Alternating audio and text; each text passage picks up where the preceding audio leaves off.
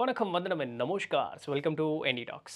இன்றைக்கி நம்ம என்டி டாக்ஸில் என்ன வீடியோ பார்க்க போகிறோம் அப்படின்னு சொன்னால், ஒரு போன வியாழக்கிழமை போட்ட வீடியோ ஓஷோ அவர்களுடைய அந்த பதிவு இருக்குது பார்த்தீங்களா, நெத்திலந்த மணி சேனலில். ஸோ அதில் ஒரு நண்பர் ஒரு கேள்வி கேட்டிருந்தார். என்ன அப்படின்னா, 2 வீடியோவில் இருந்த 2 கருத்துக்கள் முரண்பாடாக இருக்குது. ஸோ அதை விளக்க முடியுமா அப்படின்னு சொல்லிட்டு, இது Q&Aல சொல்ல முடியாது. இது கொஞ்சம் டீட்டெயிலாக பேசணுங்கிறதுக்காக இன்றைக்கி தனி வீடியோ. அவருடைய கேள்வி என்ன அப்படின்னு சொன்னால், நம்ம இந்த என்டி டாக்ஸ் வீடியோவில் ஒரு 3 நாள் முன்னாடி போட்ட ஒரு வீடியோ பார்த்தோம் அப்படின்னு சொன்னோம்னா, எண்ணமற்ற நிலை அடைவதற்கு கடினமாக இருக்கிறதா அப்படின்னு சொல்லிட்டு ஒரு 11 நிமிஷம் இருக்கக்கூடிய ஒரு வீடியோவாக இருந்தது. அதனுடைய சாரம் என்ன அப்படின்னு சொல்லி பார்க்கும்பொழுது, நம்ம ஏன் இங்கே வந்தோம், எதனால் வந்தோம், மனதனுடைய மாறுதல் தான் எல்லாமே அப்படிங்கிறதெல்லாம் பேசி, அப்போ இந்த மனம் எப்பொழுது அமைதியாகும், புதிய எண்ணங்கள் எதன் மேலேயும் தோன்றாது, பிடிப்புகள், பற்று, உணர்வுகள் அப்படிங்கிறது எப்போ வராமல் இருக்கும் அப்படின்னு சொன்னால், செய்வது சிவமே அப்படின்னு சொல்லக்கூடிய அந்த ஒரு எண்ணம் ஊன்றி நிற்கும் பொழுது, ஆழமாக நிற்கும் பொழுது, மாற்று கருத்தே இல்லாமல் சிவமே அனைத்தும், நான் என்றதே இங்கே இல்லை, நான்னு சொல்லக்கூடியதே சிவம் தான். அப்போ செய்வதும் சிவன், செய்ய வைப்பதும் சிவன், எல்லாமே சிவன் தான் அப்படின்னு சொல்லக்கூடிய அந்த ஒரு மனோநிலைக்கு நம்ம நிற்கும் பொழுது, இப்போ நாயன்மார்கள் எப்படி இருந்தாங்க அதுபோல் இல்லையா? ஸோ அந்த ஒரு நிலையில் நிற்கும் பொழுது நமக்கு எண்ணம் வராது, எண்ணமற்ற நிலையில் அமைதியாக இருப்போம் அப்படிங்கிறது தான் அந்த காணொளியினுடைய ஒரு சாரம். முன்ன ஒரு வீடியோ போட்டிருந்ததில் அகத்தீசனாரனுடைய நூல், எனக்கு கருக்கடை வைத்தியமே ஞாபகம் இருக்குது. அகத்தீசனாரனுடைய நூல் 6 எழுத்தந்தாதி அந்தரங்க தீட்சா விதி அப்படின்னு சொல்லக்கூடிய அந்த நூல் இருக்குது. அதில் அந்த 6 எழுத்தந்தாதிங்கிறதுல ஒரு விஷயம் சொல்கிறாரு. ஒரு காரியத்தை நீ விடணும் அப்படின்னு நினச்சேன்னா, அந்த காரியத்தை தொடர்ந்து நீ பாட்டுக்கு செஞ்சுட்டே இரு. அந்த காரியத்தை நீ பாட்டுக்கு தொடர்ந்து செஞ்சுட்டே இரு. அது விடணுங்கிற ஒரு எண்ணத்தை மட்டும் மனசில் வச்சுக்கோ. நீ செய்யக்கூடிய காரியத்தை தொடர்ந்து செஞ்சுட்டே இரு. ஒரு எடுத்துக்காட்டுக்கு சொல்கிறோமே, நம்ம புலால் உண்ணுதல் அப்படிங்கிறது நமக்கு ரொம்ப விருப்பப்பட்ட ஒரு செயலாக இருக்குது. ஆனால் ஆன்மீகத்துக்குள்ளே வரோம், அந்த புலால் உண்ணுதல் அப்படிங்கிறத நிறுத்தணும், போதும் அப்படிங்கக்கூடிய அந்த ஒரு மனப்பான்மை அப்படிங்கிறது வருது. ஏன் யோக பயிற்சிகள் செய்கிறோம் அப்படிங்கும்பொழுது வயிறு கொஞ்சம் காலியாக இருக்கணும் அப்படிங்கிறது நமக்கு தெரியும். புலால் உண்ணோம் அப்படின்னு சொன்னால், புலால் நம்மளுடைய உடலை விட்டு முழுமையாக வெளியே போகிறதுக்கு 2 நாள் ஆகும். அதனால் இந்த யோக பயிற்சிகளில் ஏற்படக்கூடிய மாறுதல்கள் துரிதமாக நடக்காமல் மெதுவாக நடக்க ஆரம்பிக்கும். ஸோ இதில் மனசில் கொண்டு நம்ம அந்த புலாலை மறுக்க வேண்டும் அப்படின்னு சொல்லக்கூடிய அந்த ஒரு முடிவுக்கு நம்ம வரோம். சரிங்களா?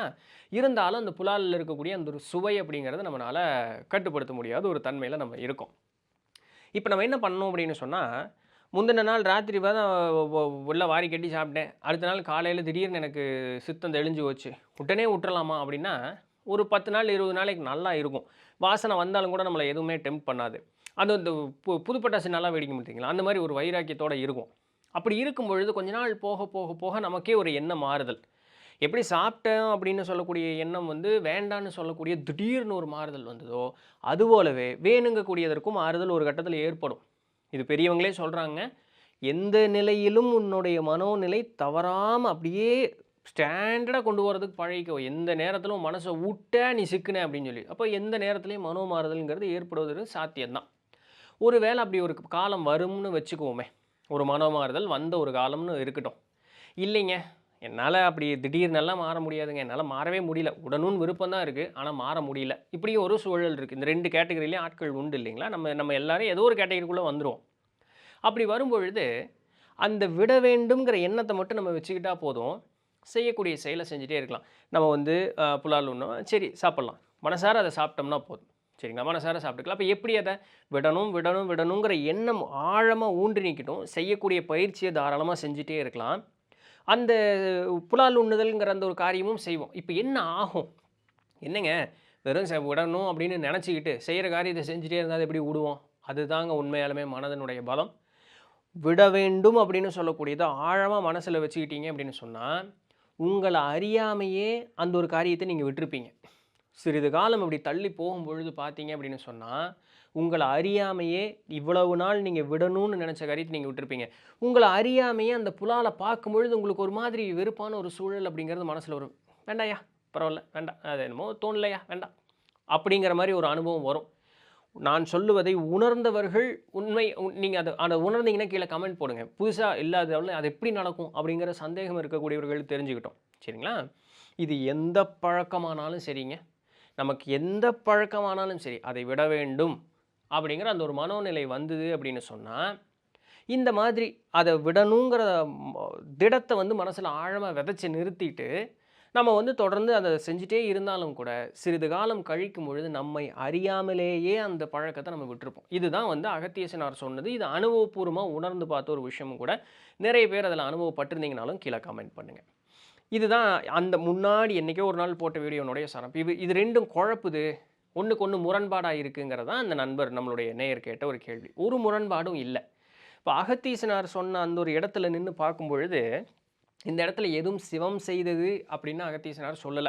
சரிங்களா? சித்தர்கள் பொறுத்தமட்டிலும் இறை தான் எல்லாமே அப்படிங்கிறத சொன்னாலும் கூட, உன்னுடைய வலிமைக்கு அந்த இடத்துல முக்கியத்துவம் உண்டுங்கிறது சித்தபெருமக்களினுடைய பேசக்கூடிய அந்த ஒரு பேச்சு. உன்னால எல்லாத்தையும் செய்து காட்ட முடியும். அப்ப செய்வதற்கு முயற்சி செய் அப்படின்னு அவங்க சொல்லுவாங்க. சரிங்களா? ஆனா நம்மளுடைய சைவ சமயம் பார்க்கும் பொழுது, எல்லாமே இறை தான் செய்யுது அப்படிங்கிற மாரி அர்ப்பணிப்புக்கு அந்த இடத்துக்கு போயிருவாங்க. அத பக்தியின் மூலமாக நம்மளை வந்து முக்தி பேருக்கு கூட்டிட்டு போவாங்க. சித்த பெருமக்கள் பார்த்தீங்கன்னா, "உன்னாலேயே முடியும்டா உட்கார்" அப்படின்ருவாங்க. இது 2க்கும் வித்தியாசம், வேறுபாடுங்கிறது உண்டு. போகக்கூடிய இடம் ஒண்ணு தான். ஆனா பயிற்சி செய்யக்கூடிய விதம் அப்படிங்கிறது மாறுபட்டு இருக்கு. நல்லா அத புரிஞ்சுக்கணும். எந்த சித்தர்கள் நூட்கள் எடுத்தீங்கனாலுமே, குரு வணக்கம் எல்லாம் சொல்லி அந்த காப்பு எழுதுவாங்க. முதல் பாட்டுல இருக்கும். ஒரு சிலர்லாம் வந்து 7, 8 பாட்டு வரைக்கும் காப்பு எழுதியிருப்பாங்க. அதுபோல இருக்கக்கூடிய காப்பெல்லாம் பார்த்துட்டே வந்தோம் அப்படின்னு சொன்னா, குருமார்களுக்கெல்லாம் நன்றி சொல்லிட்டு, இல்ல எடுத்த உடனேயே முதல் 2 வரியிலேயே ஒரு சில நேரங்க இருக்கும். இல்ல கடைசி வரியில வரும். என்ன? ஆதி சிவனுக்கும் உமையவளுக்கும் நன்றி அப்படிம்பாங்க. அதாவது நம்ம சிவம்னு சொல்லக்கூடிய அந்த எந்த ஏதுமற்ற ஒரு தன்மையும், அதில் தோன்றிய அந்த ஒரு சக்தியான அந்த ஒரு சக்திக்கும் நன்றி அப்படிம்பாங்க. அவங்கள தான் முதல் தாய் தந்தையர்ங்கிற மாதிரியே ஒரு சில இடங்கள்ல பேசுவாங்கன்னு பாருங்களேன். ஸோ சித்தர்களும், நாயன்மார்களும், சைவ சமயமும் எந்த இடத்துலயும் மாறுபட்டது கிடையாது. அணுகக்கூடிய விதத்தில மாறுபாடு இருக்கான்னு கேட்டா, ஓரளவுக்கு இருக்குன்னு வச்சுக்குவோமே. அகத்தீசனார் இந்த சித்த வழியில சொல்றார். உனக்கு ஒரு காரியம் இருக்கு. இப்ப என்ன? நான் தான் இந்த காரியம் செய்றேங்கிறத தான் நான் நெனச்சுக்கிட்டு இருக்கேன். சிவம் செய்யுதுன்னு நான் சொல்லவே இல்ல இப்ப வரைக்கும். அந்த காரியத்த நான் தான் செய்றேன்னு தான் நான் சொல்லிட்டு இருக்கேன். இப்ப இந்த காரியத்த நான் விட வேண்டும் அப்படிங்கிறத தான் நான் நெனைக்கிறேன். அந்த நெனப்புல இருக்கக்கூடியவர்களுக்கு சராசரியாக இன்னும் முழுமையான அந்த இறை நாட்டத்திற்குள்ளாக சென்று தன்னை அர்ப்பணித்துக் கொள்ளாதவர்களுக்கு ஒண்ணொண்ணா விடணும் அப்படிங்கிற அந்த ஒரு விருப்பம் வரும்பொழுது, அந்த ஒண்ணொண்ணா நான் செய்றேன், இது வேண்டாம். நான் செய்றேன், இது வேண்டாம், இது வேண்டாம் அப்படின்னு சொல்லக்கூடிய அந்த மனோநிலையை வளர்த்துக்கிட்டே வரும்பொழுது, ஒரு கட்டத்தில நம்ம அத விட்டு தாண்டியிருப்போம். இப்படியே தாண்டி போகும்பொழுது, கடைசியா அதுவும் எங்க போய் நிக்கும்? நான் விட்டேன்னு சொல்லக்கூடிய இந்த நான் என்ற அகம்பாவத்தையும் விட வேண்டும்ங்கிற ஒரு எண்ணத்திலயும் கொண்டு போய் நிக்கும். அதுதான் கடைசியா பெண்டிங் இருக்கும். ஏன்? உயிரோடு கூடி இருந்த மலம் எது? 3 மலங்கள் உண்டா? ஆணவம், கன்மம், மாயைன்னு சொல்லக்கூடியது. அப்ப இந்த உயிரோடு கூடி இருந்தது எது? ஆணவம்ங்கிற மாயை. அதான் அந்த நான் என்ற அகம்பாவம். அதுதான் கடைசியா நம்ம உடணும். அதையும் உடணும்னு சொல்லக்கூடிய அந்த ஒரு மனோநிலைக்கு நம்ம போவோம்.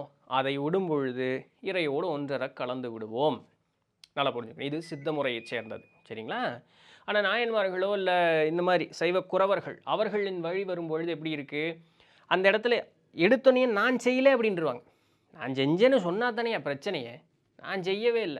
சாமி தான் காரணம். அப்படிங்கும் பொழுது, அப்ப சாமி அத செய்யுமா? அந்த கேள்விக்கு நம்ம போவோம்ல. புலாலோ, இல்ல தகாத காரியம் ஒன்றோ, இது ஒண்ணு நம்மளுக்கு பழக்கம் இருக்கு அப்படிங்கும் பொழுது, இறைதாம் செய்தது அப்படின்னு நம்ம ஆழமா நினைக்கும் பொழுது, அடுத்த கேள்வி கூடவே வரும். இறை இப்படி ஒரு காரியத்தை செய்யுமா? அப்படின்னு ஒரு கேள்வி வரும். செய்யாதுங்கிறது தான் அதில இருக்கக்கூடிய பதில். சொல்லப்போனா இறை எதையும் செய்ய போறதில்லைன்னு பாருங்களேன். இருந்தாலுமே இப்படி நம்மளுடைய பேச்சுக்காக ஒரு இதுக்காக வச்சுக்குவோமே, வசதிக்காக. இறை இப்படி ஒரு காரியத்தை செய்யாது அப்படின்னு. இறை ஒரு காரியத்த செய்யாது. அப்ப நான் அந்த காரியத்த செஞ்சுட்டு, இந்த காரியம் இறை தான் செஞ்சுது அப்படின்னு சொன்னா, அதில முரண்பாடு வந்துருது இல்லையா? அப்ப அந்த காரியத்த இன்ன வரைக்கும் நான் செய்றேன்னு தான் என் மனசுல இருக்குன்னு தான் அர்த்தம். அப்போ முழுமையாகவே இறை தான் அப்படின்னு சொல்லக்கூடிய அந்த ஒரு எண்ணம் மனசுல ஆழமா பதியும் பொழுது, நம்ம என்ன ஆயிருவோம்? எந்த ஒரு காரியத்தை தகாது அப்படின்னு சொல்றோமோ, அந்த ஒரு காரியத்தை இயற்கையாகவே நம்ம செய்ய மாட்டோம். அந்த இடத்துல அப்ப என்ன ஆயிருது? அடிப்படையிலேயே நான் என்ற அகம்பாவம் அந்த இடத்துல அத்து போயிருது. இது 2க்குமே பயிற்சி அப்படிங்கிறது முக்கியம். இவ்வளவு நாள் நான்னு நினைச்சிட்டு இருக்கக்கூடிய ஒரு ஆளு, திடீர்னு எல்லாமே இறைதான் அப்படின்னு சொல்ல முடியுமான்னு கேட்டா, அந்த அளவுக்கு மனசுல வைராக்கியம் இருந்ததுன்னா சொல்ல முடியும். முடியாதுன்னு இந்த உலகத்துல எதுவுமே கிடையாது. அந்த அளவுக்கு வைராக்கியம் இருந்ததுன்னா சொல்ல முடியும்.